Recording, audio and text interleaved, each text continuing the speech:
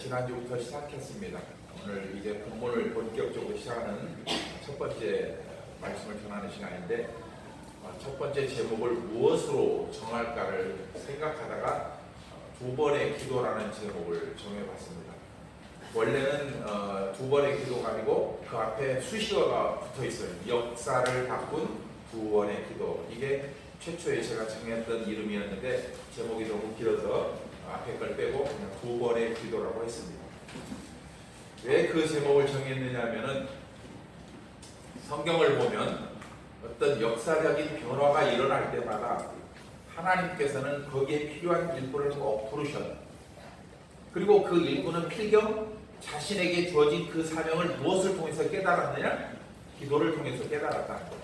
그것을 성경을 보면 그게 무차히 걸쳐 나타납니다. 그러면 역으로 생각해 보면 역사의 변곡점마다, 역사가 변화될 때마다 세상을 변화시키는 것이 무엇을 통해서 이루어졌다? 바로 기도를 통해서 이루어졌다. 이해하시겠습니까? 네. 물론 하나님의 능력이 임했습니다. 그러나 하나님께서는 당신의 능력을 드러내지 않고 기도의 용사를 통해서 그걸 드러내신다는 거예요. 예수님의 어머니 마리아의 기도가 그 대표적인 기도라고 할 수가 있어요. 처녀로 잉태를 했어요. 그러나 자신이 남자를 같이 하지 않고 동침하지 않은 건 본인이 더 잘 알아요. 그래서 억울할 거예요. 세상 사람들을 향해서 호소하고도 싶었을 거예요. 그러나 마리아는 그렇게 하지 않고 모든 것을 하나님께 맡겼습니다. 즉 기도를 하면서 하나님께 맡겼다는 거예요. 누가복음 1장 46절로 48절이 그대로 나타납니다. 시작. 마리아가 이르되 내 영혼이 주를 찬양하며 내 마음이 하나님 내 구주를 기뻐하였음은 그의 여종의 비천함을 돌보셨습니다. 보라 이제부로는 안세의 날을 복이 있으리로다 일컬으리로다. 아멘. 하나님께서 나의 비천함을 돌보셨다는 것을 깨달았기 때문에 세상 가운데 자신의 억울함을 호소할 이유가 없었던 것이죠. 그리고 누구에게 맡긴 겁니까? 온전히 하나님께 맡겼던 겁니다. 또 있습니다. 야곱이 했던 베델에서의 기도, 형 에서를 피해 도망가면서 하나님 저를 안전하게 돌아오게 하시면 제가 하나님께 온전한 11조를 바치겠습니다. 이 기도를 야곱이 했습니다. 그리고 그 야곱은 우리의 믿음의 조상이 됩니다. 그래서 또한 한 명이 있어요. 다윗의 기도입니다. 다윗은 자신이 얼마나 부족한 사람인가를 깨달았기 때문에 시편 전반에 걸쳐는 모든 상황에서 하나님께 기도를 했다는 것을 우리는 볼 수 있습니다. 또 있습니다. 느헤미야의 기도입니다. 왕국이 멸망하고 사람 백성들은 다 포로로 뿔뿔이 흩어져 갔을 때 예루살렘 성벽이 회파된 것을 보면서 하나님 앞에 뜨거운 마음으로 간절히 기도했습니다. 하나님 예루살렘이 저렇게 파괴가 됐는데 내가 어떻게 편히 살 수가 있겠습니까? 주여 불쌍히 여겨 주시옵소서. 그렇게 기도를 했을 때 하나님께서는 그를 통하여 위대한 역사를 예루살렘 성벽을 다시 재건하는 일을 감당케 합니다. 또 있습니다.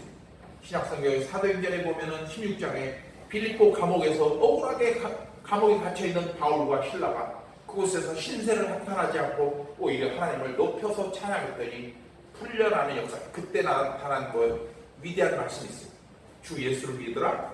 그리하면 너와 내 집이 구원을 얻으리라. 그러나 여러분, 인류 역사를 바꾼 최고의 기도는 그들의 기도가 아닙니다. 예수님의 기도입니다. 마태복음 26장 39절 말씀 함께 있습니다. 시작. 조금 나아가사 얼굴을 땅에 내시고 엎드려 기도하여 이르시되 내 아버지여 만일 할 만하시거든 이 산을 등에서 지나가게 하옵소서. 그러나 나의 원대로 마시었고 아버지의 원대로 하옵소서. 아멘. 마음은 십자가의 고통을 피해 도망가고 싶었지만 그러나 예수님은 자신의 뜻보다 하나님의 뜻을 이루기 위해서 기꺼이 골고다 언덕을 오르셨고 멸시와 조롱을 참아가며 십자가에 못 박히심으로써 끝내 인류 구원의 사명을 완수하셨습니다. 그것을 이루게 된 원동력이 어디 있었느냐? 바로 마태복음 26장 39절에 있는 겟세마네에서의 동산에서의 기도였다는 겁니다.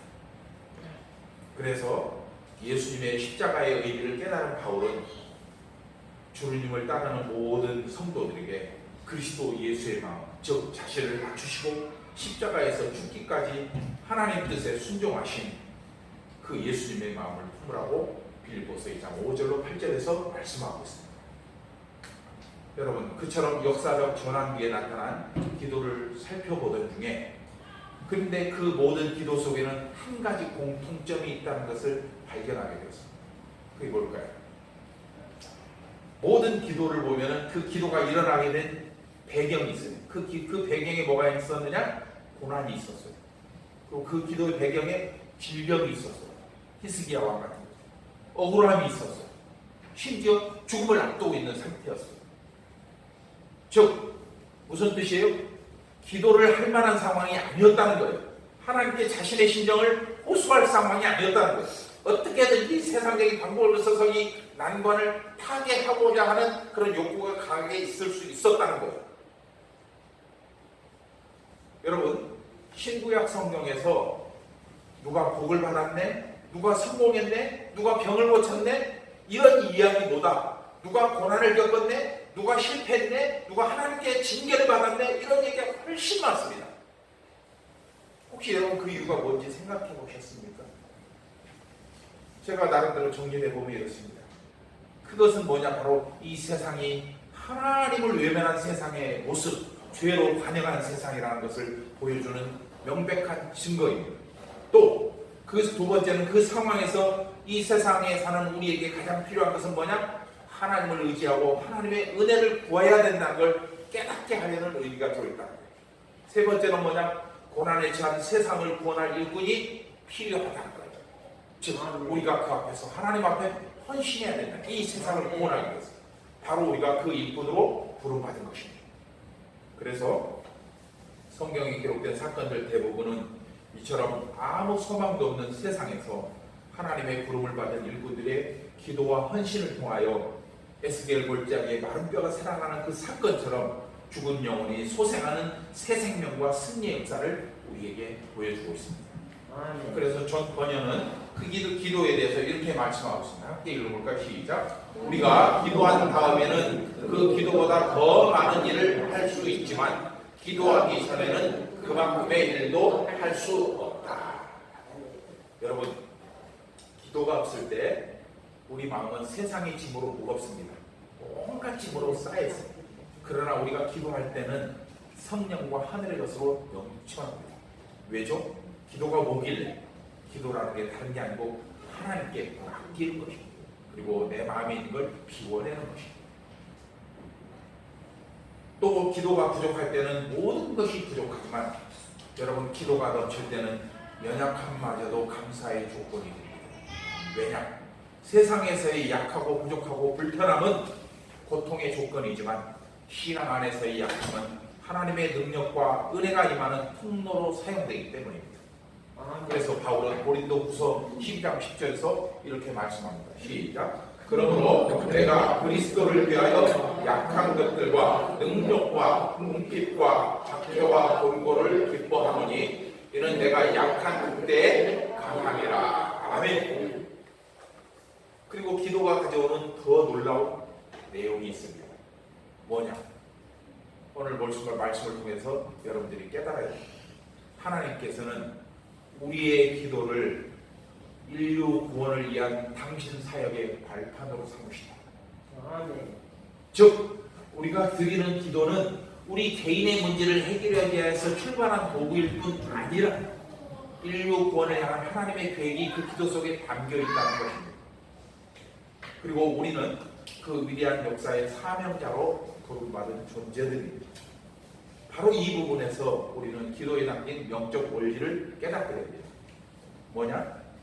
우리가 함께 있습니다. 시작. 우리가 믿음으로 드리는 기도는 비록 개인의 문제로 출발할지라도 하나님은 우리의 기도를 인류 구원을 위한 당신 사역의 근거로 사용하신다. 또 하나님께서 우리에게 기도를 요구하시는 것은 당신의 능력이 부족해서가 아니라 그 말씀대로 순종하는 우리를 축복하기 위해서이고, 그리고 그 순종을 통로 삼아 인류 구원 계획을 완성하시기 위하여다. 믿으십니까? 그러므로 여러분 삶의 모든 문제에 대해서 하나님께 허심탄회하게 기도할 수 있어야 합니다. 왜냐? 기도는 하나님의 자녀가 가진 특권이자 의무이기 때문입니다. 어린아이가 부모에게 격식을 갖추지 않고 막무가내로 때를 쓰는 것처럼 여러분도 하나님의 자녀라면 아버지신 하나님께 마땅히 그렇게 해야 합니다. 하지만 아이들이 때를 쓴다고 무조건 부모가 들어주지 않는 것처럼 기도에 대한 응답은 하나님의 주권에 맡겨주셔야 됩니다. 자녀를 아끼고 사랑하는 부모라면 아이들의 요구를 들어주기 전에 그것이 아이들에게 유익한지부터 판단할 것입니다. 예를 들어서 학원에 데려다 주는 것이 귀찮다고 어린 아들에게 네가 차 타고 가면 차키 넘겨주는 부모가 없는 것처럼 아무 것이나 들어주는 부모는 그 아이의 인생을 망친다는 것이에요. 그래서 유익하고 건강한 일이라면 부모가 당연히 들어주겠지만 그 반대라면 아무리 때를 써도 들어주면 안 돼요. 마태복음 7장 9절 10절 이기에 대해서 이렇게 말씀합니다. 시작. 너희 중에 누가 아들이 떡을 달라 하는데 돌을 주며 생선을 달라 하는데 뱀을 줄 사람이 있겠느냐. 너희가 악한 자라도 좋은 것으로 자식에게 줄 알거든 하물며 하늘에 계신 너희 아버지께서 구하는 자에게 좋은 것으로 주지 않겠느냐. 아멘. 이 말씀처럼 하나님은 우리의 모든 필요를 아시지만 그러나 그 필요를 채워주기보다 먼저 우리의 영혼의 유익을 생각하십니다. 그래서 지금 당장은 고난과 궁핍, 질병과 실패가 우리를 어렵게 만들지라도 그 모든 것을 믿음으로 인내하며 하나님의 은혜를 간구하는 자에게 우리가 기도했던 것보다 더 좋은 것을 부어주셔서 그로 하여금 그 입술을 열어 전능하신 하나님께 영광을 돌리게 하실 것입니다. 그러므로 오늘 말씀을 통해 기도에 대한 여러분의 생각이 세상이 아닌 하나님 중심으로 다시금 변화될 수 있기를 주의 이름으로 부탁드립니다. 그리고 기도에 대한 응답이 있어야 감사하는 삶이 아닌 그 응답이 없음에도 불구하고 우리에게 좋은 것으로 만족해 하시는 하나님의 놀라운 경륜과 섭리를 기대하면서 어떤 상황에서도 넉넉히 하나님을 신뢰하며 그 부르심에 순종하는 여러분 되시기 바랍니다. 오늘 본문 또한 역사적인 격변기에 이스라엘 민족에게 하나님의 은혜가 임하는 통로로 사용된 또 한 명의 기도의 능력자가 등장을 합니다. 바로 그 이름은 한나입니다. 그러나 여러분, 한나가 등장하는 시점에서 볼 때 그녀는 사람들 앞에서 어떤 것도 자랑할 것이 없는 정말 하찮은 존재였어요. 먼저 본문을 살펴보면 한나의 남편을 보면은 그는 몰락한 제사장 가문일 가능성이 높습니다. 사무엘상 1장 1절 함께 읽어볼까요? 시작. 에브라임 산길 라마다 소빔에 에브라임 사람 엘가나라 하는 사람이 있었으니 그는 여로함의 아들이요 엘리후의 손자요 도후의 증손이요 숲의 현손이더라. 아멘. 여기서 중요한 것은 이 에브라임 사람 엘가나라고 하는 표현인데 얼핏 보기에 그럼 엘가나는 어디 사람 같아요? 어디 출신 사람 같아요? 에브라임 사람 같아요. 그러니까 에브라임 지파 속의 후손처럼 보입니다. 그러나 사실 이 엘가는 에브라임 지파의 소속이 아니고 레위 지파 사람이에요. 역대상 6장에 보면 그것이 나타납니다. 그런데 그 역대상 6장을 살펴보면 더 중요한 것이 있어요. 엘가는 레위 지파, 즉 제사장 지파 중에서도 특별한 사명을 가지고 있는 가문에 속한 사람이었어요. 뭐냐? 여호와의 회막에서 여호와를 찬송하는 사람이었다는 거예요. 그러니까 제사장들 중에서도 특별히 목소리가 좋고 신실한 사람들을 뽑아서 하나님을 찬양하는 일을 맡겼는데 바로 엘가나의 가문이 그런 가문이었다는 거예요. 역대상 6장 33절로 34절 함께 읽습니다. 시작. 회막에서 여호와를 찬송하는 직무를 행하는 자와 그의 아들들은 이러하니 그와 세 아들 중에 헤만은 찬송하는 자라. 그는 요엘의 아들이요 요엘은 사무엘의 아들이요 사무엘은 엘가나의 아들이요 엘가나는 여로함의 아들이요 등등등 이렇게 나옵니다. 여러분 집에 가셔서 역대상 6장을 보면은 레위지파의 계보가 나오는데 그걸 한번 차분히 읽어보시기 바랍니다. 그런데 여러분 이처럼 성전에서 성막에서 여호와를 찬송하는 직분을 가진 그 가문이 이 특별한 가문이 어떤 연유에서 에브라임 족속의 영토에 정착해 살고 있는지 정확히 알 수는 없습니다. 물론 짐작은 가능합니다. 그러나 확실한 한 가지는 현재 그 엘가나가 그 직분을 감당하지 못하고 있다는 것입니다. 역대상 6장 33절로 34절 이 말씀은 그 후에 엘가나의 아들 사무엘이 그 가문의 직분을 회복해서 그 아들과 손자가 하나님을 찬양하는 직분을 감당하고 있는 것을 보여주고 있는 거예요. 그리고 또 한 가지, 한나는 엘가나와 결혼을 했지만 안타깝게도 자녀를 낳지 못했습니다. 이것은 아주 심각한 결함을 지은 것으로 간주할 수밖에 없는 건데요. 당시 사람들은 여인이 아이를 못 낳는 것을 하나님께 징계를 받았거나 아니면 하나님으로부터 끊어진 상태라고 판단했어요. 이게 무슨 뜻입니까? 하나님으로부터 끊어진 사람이라는 뜻은 결국 다른 말로 하면은 멸시와 천대를 해도 아무 상관이 없고 심지어 그를 죽여도 죄가 안 되는 거예요. 무슨 말인지 이해하시겠습니까? 제 기억으로 어렸을 때 아이 못 낳는 여자 동네 사람들이 욕하고 가는 거 저 많이 봤어요. 애도 못 낳는 XX가 뭐 이런 거 봤어요. 그럼 전에는 더 그랬을 거 아닙니까? 이에 엘가나는 가문을 잇기 위해서 둘째 아내를 맞이해서 자녀를 낳고 대를 이어갔습니다. 이게 심각합니다. 왜? 제사장으로서는 해서는 안 될 행동이었던 것이죠. 근데 더 큰 문제가 발생했어요. 뭐예요? 그 둘째 부인 분인나가 아들을 낳은 후에 첫째 부인 한나를 괴롭힌 겁니다. 멸시한 겁니다. 아들도 못 낳는 본 차라리 너 본처 자리 내놓고 떠나버려라. 이런 얘기 안 했겠다고. 따라서 분인나가 한나를 괴롭힌 것은 한나가 하나님의 징계를 받아 아이도 못 낳는 죄인이라고 판단한 것이 바로 그 원인이라. 그리고 한나가 멸시를 당하면서도 그 모든 수모를 참아낸 것 또한 자기 스스로 하나님의 벌을 받아 아들을 못 낳는 사람이라고 생각했기 때문입니다. 그 상황에서 남편 엘가나가 정말 지혜롭게 행동했어야 됐는데 그 행동이 참으로 우리를 안타깝게 만듭니다. 왜냐하면 한나를 괴롭히고 멸시하는 분인나를 책망하거나 만류하지 않았기 때문입니다. 아마도 엘가나는 오늘 본문에 보면 한나를 더 사랑한 것은 맞아요. 하지만 분인나 또한 어떤 사람이에요? 자기 가문의 대를 이어준 고마운 사람으로 여겼을 것입니다. 하지만 한나가 고통스러워한 이유는 자식이 없어서도 아니고 분인나에게 무시를 당해서도 아니고 적어도 겉으로는 그렇게 보일 거예요. 또한 한나가 그럼에도 불구하고 간절히 아들을 원했던 이유 또한 아들을 낳은 후에 그동안 자신을 괴롭혔던 분인나에게 복수를 하기 위함도 아니었어요. 만일 그럴 생각이었다면 한나가 사무엘을 낳은 후에 어떻게 했을까요? 분인나 너 이 XX이와 그래가지고 바로 그냥 쫓아내버렸을 거 아니에요. 누구처럼? 아브라함에서 사라와 하갈이 있었잖아요. 쫓아내버렸잖아요.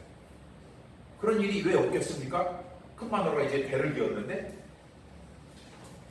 하지만 한나는 그렇게 하지 않았어요. 왜? 자신이 자녀를 못 낳는 원인이 하나님과의 관계가 끊어진 데 있다고 생각했기 때문입니다. 분인나에게 책임을 돌린 게 아니고 자기 스스로에게 책임을 돌린 겁니다. 그래서 한나는 아들을 낳은 후에 그것을 뭐에 증거하고 왔어요? 내가 끊어진 하나님과의 관계가 회복된 것이라고 생각하고 그 기도한 약속대로 하나님께 아들 사무엘을 바쳐버립니다. 이에 하나님께서는 당신과의 관계가 온전히 회복된 한나를 축복하여 주셨고 그 증거로 세 아들과 두 딸을 더 주셨습니다. 사무엘상 2장 21절 함께 읽습니다. 시작. 여호와께서 한나를 돌보시사 그로 하여금 임신하여 세 아들과 두 딸을 낳게 하셨고 아이 사무엘은 여호와 앞에서 자라니라. 세 아들과 두 딸을 더 낳게 해주셨다. 만약에 사무엘을 낳은 것으로서 그게 끝났다면은 사무엘은 한나가 데리고 있는 게 맞죠. 그러나 하나님께 바치겠습니다 약속했더니 하나님께서 더 큰 복을 부어주셨다는 거예요. 그리고 이처럼 아름다운 결말을 맺게 된 결정적인 계기가 뭘까요? 한나가 드린 두 번의 기도와 하나님의 응답과 은혜 베푸심이 그 원인이었다. 한나가 불평하면서 살 수도 있을 것입니다. 하나님을 원망하면서 살 수도 있었을 것입니다. 아니면 평생 자신을 책망하면서 불행한 삶을 살 수도 있었을 것입니다. 그러나 한나는 그와 같은 암울한 현실 속에서도 기도를 통해 하나님께 모든 것을 맡김으로써 하나님의 구원 역사의 신실한 주인공이 되었습니다. 즉 오늘 본문은 단순히 한 집안에서 아들을 못 낳는 여인, 즉 당시 정서로서는 하나님께 징계를 받은 여인의 이야기에 불과했지만, 그리고 그렇게 이야기가 끝나도 전혀 이상할 것이 없는 세상 이야기처럼 보였지만, 예를 들면 예수님께서 베들레헴에서 태어나실 때, 그 마구간에서 태어날 때 그 얘기가 우리 인류 역사의 인류 구원의 역사를 이룬 위대한 역사가 됐던 것, 아니 세상에 누구나 할 수 있는 평범한 얘기일 수밖에 없었지만 그것에 하나님의 은혜가 임함으로 말미암아 우리에게 구원의 역사가 됐던 것처럼 이 한나 이야기, 하나님께서는 그 불쌍한 여인의 삶에 개입하시고, 아니 그보다 먼저 그녀로 하여금 당신께 진실한 기도를 올리게 하시고, 하나님은 그 한나의 기도에 응답하심으로써 단순한 사람들의 이야기가 아닌 인류 구원을 향한 하나님의 계획에 쓰임받는 아름다운 가문의 이야기가 되었던 것입니다. 따라서 오늘 본문에서 하나님의 은혜가 임할 만한 근거를 찾는다면 그것은 전적으로 뭐예요? 한나의 기도입니다. 그리고 한 가지 더 있어요. 경건한 제사장 엘가나가 하나님의 은혜를 입을 만큼 나름대로 역할을 감당한 것처럼 보이기도 하지만, 그러나 엘가나는 인간적인 생각과 욕심 때문에, 체면 때문에 하나님의 뜻을 어기고 둘째 부인을 얻었기 때문에 그 역할을 감당할 수는 없는 것이죠. 그럼 여러분, 사무엘서라는 위대한 구원 역사를 시작하면서 왜 하필 그 첫머리에 이처럼 부끄럽고 어둡고 자랑스럽지 못한 것으로 가득 채운 이유가 뭘까? 보통 우리가 글을 쓸 때 처음에 어떻게 씁니까? 주인공의 아름다운 미담부터 시작하는 게 보통 아닙니까? 그런데 왜 이 책은, 그 구원 역사를 다루는 이 사무엘상은 주인공의 어둡고 부끄러운 얘기부터 시작하고 있다? 한번 생각해 보십시오. 제가 묵상한 바에 의하면 그것은 필경 사사시대로부터 이어져온 이스라엘의 영적인 타락이 얼마나 심각한 상태인지를 보여주려는 의도가 담겨있다고 볼 수 있습니다. 몰락한 가문, 세상에서 모범을 보이지 않는 제사장 엘가나, 또 영안이 닫혀서 기도하는 모습과 술 취한 것조차도 구분하지 못하는 엘리 제사장, 그리고 있어야 할 것은 없고 반면 없어야 할 것은 넘치는 불의한 상태, 바로 이것이 사무엘서가 우리에게 보여주는 현실입니다. 하지만 그처럼 총체적인 난국 속에서도 하나님은 당신의 계획을 차근차근 진행하고 계셨으니, 그것은 바로 아무 존재감도 없고 또한 당시로서는 멸시와 천대를 받을 수밖에 없는 아이를 낳지 못하는 여인 한나의 기도였던 것입니다. 저는 이 설교문을 작성하면서 참으로 마음이 아픈 걸 느꼈습니다. 부끄럽기도 했고 또 하나님께 죄송하기도 했습니다. 왜죠? 한국교회, 아니 좀 더 정확히 말하면 한국교회의 지도자들의 모습이 이 오늘 본문에 나타난 그 당시보다 더했으면 더했지 덜하지 않다고 느꼈기 때문에, 물론 저도 그 중에 한 사람이죠.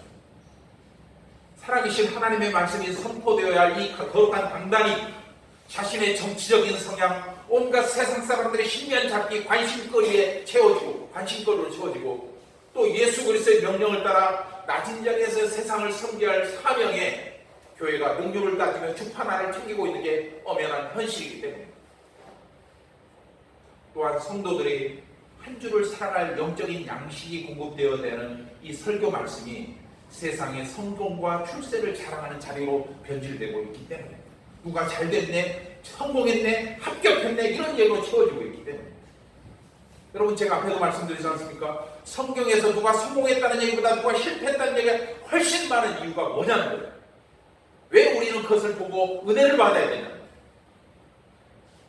그곳에 하나님의 은혜를 구하는 기도가 필요합니다. 교회가 세상을 예수님의 빛 안으로 이끌고 가야 되는데 오히려 교회가 세상의 어둠 속으로 빨려 들어가고 있는 느낌이 강합니다. 여러분, 세상이 교회를 비난하는 것은 교회가 주어진 역할을 다하지 못한 데 가장 큰 원인이 있습니다. 하지만 그걸 반대로 생각해 보면은 그것은 세상이 교회에 대해서 뭘 하고 있어요? 기대를 걸고 있다는 것으로 생각할 수 있습니다. 이해하시겠습니까? 아무리 세상이 타락할지라도 어디만큼은 교회만큼은 그렇게 안 된다라는, 그렇게 하면 안 된다라는 기대감이 누구에게 있어요? 세상 사람들에게 있기 때문에. 왜? 너희들은 예수님을 따르는 사람들이죠. 여러분, 세상 사람들도 알고 있습니다. 교회마저 무너져 내리면은 자신들이 위로를 얻고 평안을 얻은 안식처가 이 세상 어디에도 없다는 것을 알고 있습니다. 그래서 역설적으로 교회를 비난하는 거예요. 교회가 그따구로 해? 이렇게 말하는 거예요. 따라서 한나가 아이를 못 낳는 것도 단순한 불임이 아닌 마땅히 있어야 할 것과 또 없어도 될 것이 뒤섞인 혼란 상태를 의미합니다. 즉 자녀가 있어야 할 한나에게는 자녀가 없고 자녀가 없어도 되는 불임나에게는 있는 이 상황은 그 당시 이스라엘의 영적 상황을 단 한 장의 그림을 통해서 상징적으로 보여주고 있다는 것입니다. 이것은 어디에서 제가 가져왔냐면 김유거 교수가 구약 이스라엘사를 쓴 책 속에 그 내용이 들어있습니다. 어디서부터 단초가 잘못 끼워졌을까요? 성직자들부터, 교회 지도자들부터, 제사장 엘리의 영적 상태를 보면 잘 알 수 있습니다. 사무엘상 1장 14절 15절 시작. 엘리가 그에게 이르되 내가 언제까지 취하여 있겠느냐? 포도주를 끊으라 하니 한나가 대답하여 이르되 내 주여 그렇지 아니하니이다. 나는 마음에 슬픈 여자라 포도주나 주를 마신 것이 아니요 여호와 앞에 내 심정을 통한 것이었군요니. 하나님께 기도하러 간 여인에게 감히 입으로 말로는 못하고 그 입을 안에서 우물우물하면서 주여 이렇게 기도하니 너 술 취했지? 이게 제사장이 할 소리입니까? 얼마나 살쪘는지 엘리 제사장은 직분도 감당치 못한 채 부리한 두 아들 그 아들들에게 직분을 맡기고 그럼에도 불구하고 여전히 제사장으로서의 영향력을 행사하기 위해서 성막 문화의 길에 앉아서 지나가는 사람들을 쳐다보고 있는 그 모습에서 세습을 일삼는 현대 교회의 부끄러운 모습이 보이기도 합니다. 여러분, 저는 기본적으로 세습을 반대하지 않습니다. 왜냐하면 표현이 좀 그렇게 세습이라는 표현이 좀 불편하지만 이 세상에 반드시 세습이 필요한 교회들이 많이 있습니다. 예를 한번 들어드릴까요? 저 시골 산골짜기에 성도 5명도 안 되는 분들을 모시고 열심히 사역하시는 목사님들은 반드시 세습이 필요합니다. 또 저 외딴 섬에서 노인들, 몸이 약한 노인들 모시고 목회하는 목사님들 세습이 필요해요. 왜? 그 교회, 그 성도들의 상황을 누가 제일 잘 알기 때문에, 그 목사님의 아들이 제일 잘 알기 때문에, 아무것도 모르는 사람이 그들을 어떻게 목회합니까? 그래서 세습이 필요합니다. 그런데 안타깝게도 오늘날 그런 교회에서는 세습이 이루어지지 않습니다. 어디서 일어납니까? 대부분 세습은 도시에서 규모가 있고 재정이 풍부한 교회에서 일어납니다. 무엇 때문일까요? 바로 이 타락한 모습 때문입니다. 오늘 본문이 보여주는 엘리 제사장의 두 아들도 딱 그 모습, 그들이 얼마나 하나님께 큰 죄를 지었는지 다음 주에 살펴보면 알 수 있습니다. 여러분, 죄송한 말이지만 성도들은 정말로 순수하고 순진해서 목사들의 수준만큼만 그 신앙이 바랍니다. 여러분 기억하셔야 돼요. 또 반대로 죄도 목사가 지은 만큼 져요. 그래서 그 교회 성도를 보면 누구를 알 수 있어요? 누구의 수준을? 목사의 수준을 알 수 있고, 또 목사의 수준을 보면은 그 교회 성도들의 영적 상태를 알 수 있다는 거예요. 그게 왜 가능하냐고 말할 수도 있지만, 여러분 영적인 문제는 세상과 다릅니다. 결코 지도자의 수준을 넘어설 수 없습니다. 즉 사무엘서 당시 이스라엘을 실질적으로 통치하고 있는 엘리 제사장의 영적 상태가 바로 그 이스라엘의 영적 상태와 똑같다는 거예요. 그렇다면 여러분, 제사장 남편도 세속화되어서 작은 마누라를 얻고 심지어 대제사장격인 엘리와 두 아들마저도 영적으로 타락한 상태에서 어떻게 하면 이스라엘이 다시 회복될 수 있을까요? 어떻게 하면 이스라엘이 다시금 구원의 소망을 제시할 수 있을까요? 바로 그처럼 영적으로 타락한 이스라엘의 회복을 위해서 하나님께서는 아무 존재감도 없던 한나를 위대한 기도의 사명자로 세우셨습니다. 비록 그 출발은 자식도 낳지 못하는 비굴한 형편이었지만, 그럼에도 한나는 낙심하지 않고 조롱하는 군인을 향해서 복수의 칼날도 갈지 않고 오직 자신의 애통한 심정을 하나님께 신원하며 하나님의 은혜가 자신의 삶 가운데 임하기만을 기도했던 것입니다. 그리고 하나님께서는 한나의 기도에 응답하셔서 이스라엘 구원의 역사를 바로 세우는 위대한 선지자 사무엘을 한나에게 선물로 주신 것입니다. 하나님, 정말로 저는 분인나의 말처럼 버림받았나요? 저는 정말로 당신의 징계를 받아서 아들을 낳지 못하는 것일까요? 그러나 하나님은 한나는 하나님을 원망하지 않았습니다. 오히려 그럴수록 하나님께 자신을 의지하며 주님의 은혜를 간구했던 것입니다.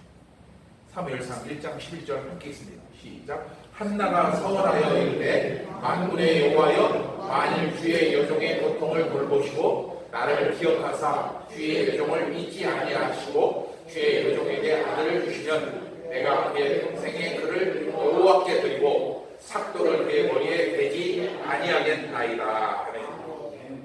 그리고 아들 사무엘이 젖을 떼자마자 한나는 하나님께 약속한 대로 사무엘을 일평생 하나님을 섬기는 종으로 바쳤습니다. 여러분 생각해 보십시오.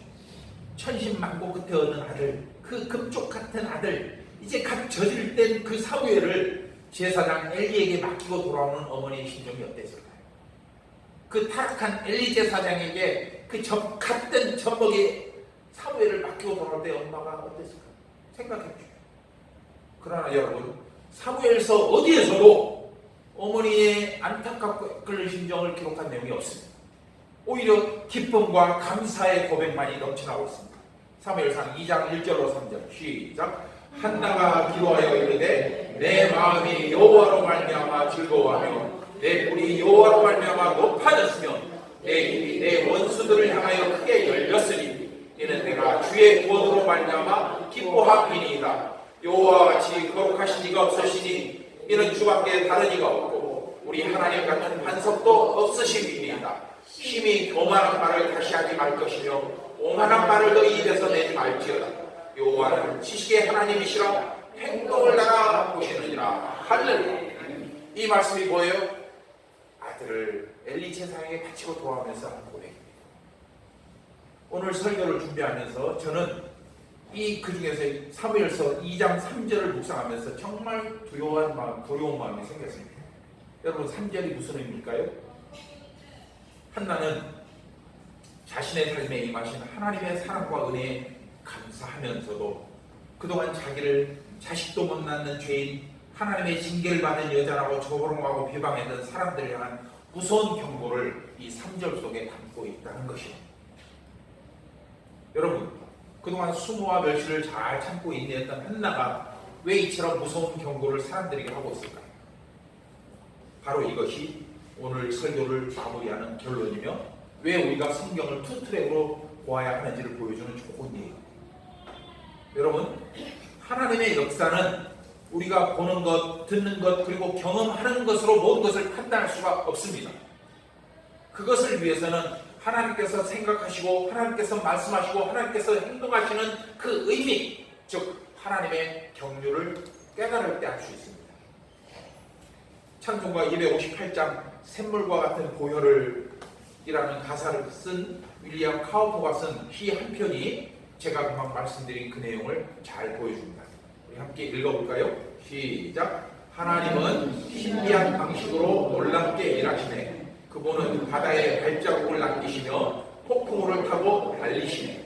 깊이를 헤아릴 수 없는 행도 속에서 절대 무너지지 않는 솜씨로 마음에 간직하신 자신의 멋진 설계를 그 주권적인 뜻에 따라 일하시네. 두려워하는 성도들이여 새로운 용기를 가지세. 그대들이 두려워하는 부름은 긍휼로 크며 그대들의 머리에 복을 줄 것이네. 미약한 분별로 주님을 판단하지 말고 그분의 은혜를 구하며 그분을 신뢰하세. 그분은 무서워 보이는 선비 뒤에 이속인 얼굴을 숨기시네. 그분의 목적은 빠르게 무르익으니 시간마다 펼쳐지네. 싹은 쓴맛일지라도 꽃은 달콤한 것이네. 눈먼 불씨는 반드시 오류를 범하며 그분의 일을 헛되이 헤아리지만 하나님은 스스로 해설하시며 자신의 일을 분명히 알려주시네.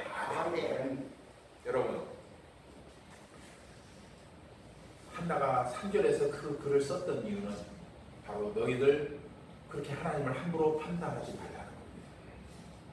하나님께서 나에게 어떤 복을 주실지 너희들이 과연 짐작이나 할 수 있겠냐는 거예요. 사람들은 그때까지만 해도 몰랐을 것입니다. 그 아들 사무엘이 어떤 위대한 일꾼으로 하나님께 쓰임받았는지. 그러나 우리는 알고 있지 않습니까? 그 사무엘을 통해서 왕이 세워졌고 이스라엘이 국권이 세워졌고 하나님의 제사제도가 정리되었고 그리고 그를 통하여서 구원의 역사가 면면이 이어졌다는 것. 이것이 바로 오늘 말씀 우리에게 주신 교훈입니다. 여러분, 세상을 살다 보면 내 힘으로 도저히 해결할 수 없는 문제에 부딪힐 때가 있습니다. 한나와 같은 경우죠. 중환병이 들어서 고통을 당할 때가 있습니다. 사업 실패로 절망할 때도 있습니다.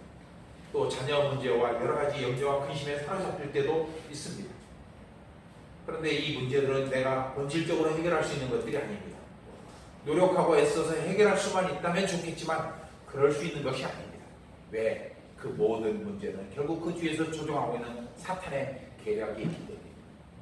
그럴 때 우리가 할 수 있는 일은 그 문제에 집중하는 것이 아니고 그 문제를 해결하기 위해서 노력하는 게 아니고 그저 겸손히 하나님께 왜? 그처럼 아무것도 할 수 없어서 마냥 주저앉아 있을 그때가 바로 하나님을 만나는 하나님의 은혜를 구하는 하나님의 능력을 던지는 최고의 시간이기 때문입니다. 그 고통과 수치 현장에서 그 애통과 탄식하는 절규의 현장 속에 임하시는 하나님의 세미한 음성을 들을 수 있는 절호의 기회이기 때문입니다. 그리고 한나처럼 진실하게 저의 애통함을 돌봐주시는 남은 삶을 주님을 위해서 죽도록 충성하겠습니다라고 고백하는 여러분 되시기 바랍니다. 또 그렇게 하나님께 모든 것을 맡기고 그 일로 인해서 다시는 마음에 근심하지 마시기 바랍니다. 이렇든 저렇든 하나님께서 해결하실 일이라는 것을 믿고 맡기시기 바랍니다. 그때 하나님께서 우리에게 예수님의 말씀처럼 수고하고 무거운 짐진 자들아 다 내게 오라. 어떻게 하시겠다고? 내가 너희를 쉬게 하리라. 이 주님의 평안이 여러분의 마음 가운데 여러분의 인생 가운데 임하게 될 것입니다. 여러분이 자신의 힘으로 해결할 수 없는 문제를 만났을 때 그처럼 주저하지 말고 지체 없이 주님 앞에 나오시기 바랍니다. 그러면 하나님께서 만나주실 것이고 하나님께 부르짖고 기도하면 들어주실 것이고 모든 날 가운데 응답의 역사를 나타낼 것입니다. 예레미야서 33장 3절 말씀 읽으며 오늘 말씀을 마치겠습니다. 시작. 너는 내게 부르짖으라. 내가 내게 응답하겠고 내가 알지 못하는 크고 비밀한 일을 내게 보이리라. 아멘. 그리고 그때 하나님은 여러분의 고난과 애통함 그리고 기도를 통해서 인류 구원이라는 위대한 역사를 완성해 나갈 것입니다. 기도하겠습니다.